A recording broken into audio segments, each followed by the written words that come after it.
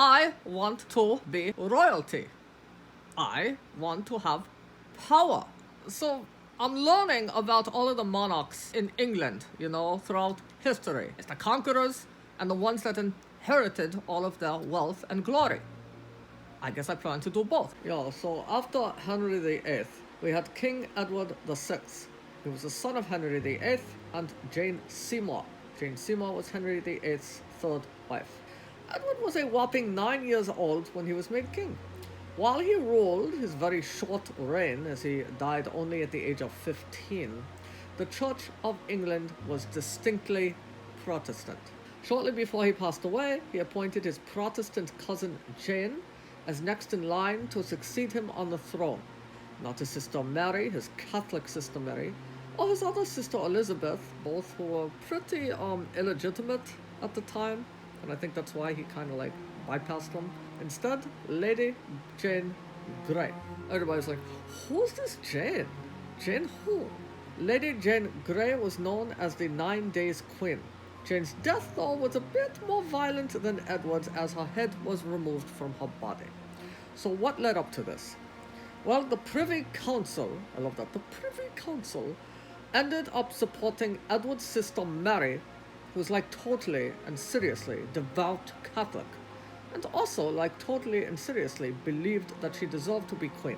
So Mary had Jane imprisoned and tried for treason. She was just so Protestant, and she shouldn't have been, not under the reign of Bloody Mary. Jane, as well as her husband and eventually her papa, were all beheaded in the famous Tower of London. So Queen Mary I, the daughter of Catherine of Aragon and King Henry VIII, she reigned for a total of 5 years after coronation in 1553. So Mary took the throne and deposed Lady Jane Grey as queen. She also had her own half-sister, the Protestant Elizabeth I, imprisoned in the Tower of London. There were rumors that Elizabeth may have been behind a rebellion against Mary. Elizabeth seemed to be supportive of Mary when Mary took the throne, but as we know from other prominent examples throughout history, royal siblings didn't always have each other's back when it came to power. Mary continued to be quite popular with the masses until she insisted on marrying Philip II of Spain, which folks really didn't like too much because, well, he was Spanish. And Mary seemed to be a lot more into him than he was into her. So all in all, a kind of crappy decision on Mary's part. Mary had close to 300 Protestants burned at the stake in her mad attempt to restore Roman Catholicism in England.